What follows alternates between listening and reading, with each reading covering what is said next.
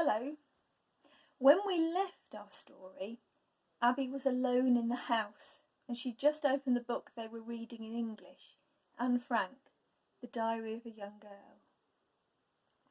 Abby's class had been working on it all term, reading excerpts, drawing plans of the house and writing their own diary entries. They had even role-played an afternoon in the annex. Abby had been Margot, Anne's big sister.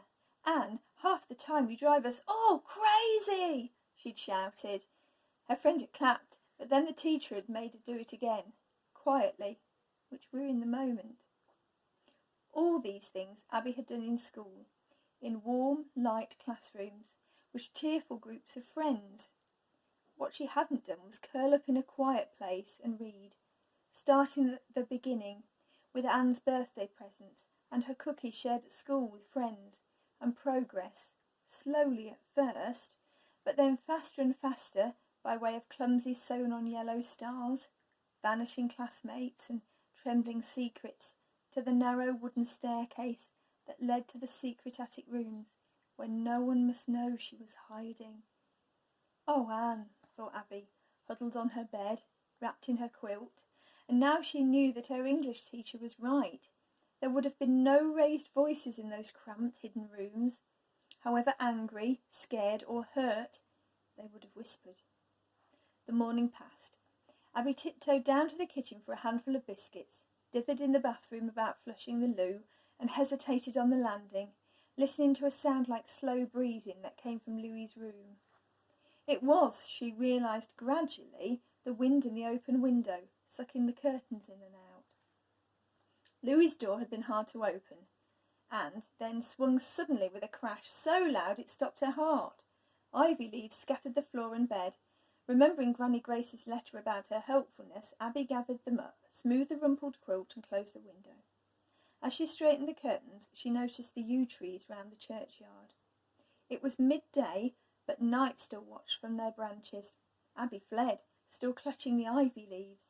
"I'm never doing this again," she thought, back in her own room. "Never, not like this." Shut in and shut out, she wished she could ask Anne, "How did you bear it?" Hours became days, and days became weeks, and weeks turned to months and years. And yet, how slowly the time passed. Thank goodness for the chestnut tree outside the attic window, nearly bare now, a few rusty leaves still clinging, but on clear days there was delft blue sky between the branches. Small birds came to visit the tree, vanished and returned with friends. They showed their lives in quick, bright fragments. They had seasons, like the trees, huddled downy bundles through the winter frosts, and then transformed with spring to slim, swift motion, many-voiced in the early mornings, until summer leaves came and hid them in green. There were purple evenings, too, and white gulls weaving sky patterns, and the clouds blowing, stars now and then. Anne watched them all, and hoped and wrote, opinionated often, frightened often too, wistful, merry, very young and very brave. Here is a good beginning to an interesting life. I'm young and strong and living through a big adventure. I feel liberation drawing nearer, every day. As Abby read those words, Anne's courage unfurled like a banner and flew over the room. Fear vanished. At the same moment, voices called in the hall below, high and clear, "Abby! Abby!" Abby dropped her book and raced down the stairs, being noisy, jumping at the turns. It was Louis and Esme, shedding jackets, kicking off shoes, smelling of outdoors and school and well-lived days. "We knew you were here," said Louis. "We saw your coat. Are you still mad because I opened Granny Grace's letter? Look at Esme. She says she's indisposée." "Esme? It is nothing," said Esme, kissing their air apologetically by Abby's ear. "She's not very well," said Louis. "She went to a party last night, and now she feels awful. She felt awful all the way home." "We'll look after her," said Abby at once. "Come on, Esme. You can have my room, and—" "She feels so poorly, she nearly left me at after-school club," interrupted Louis. "But then she came because she needs her money."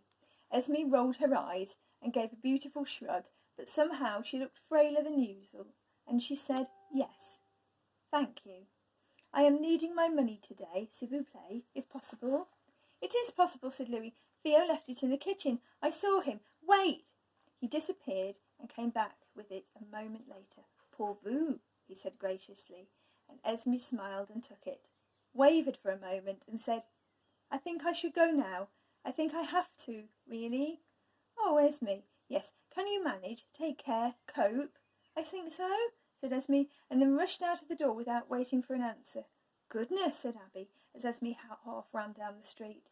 "She had a lot of rum by accident," said Louis, looking after her. "Is that what she said?" "Yes, and now she just wants to lie down and not move. That's why she said, 'Can we cope?'" Poor Esme.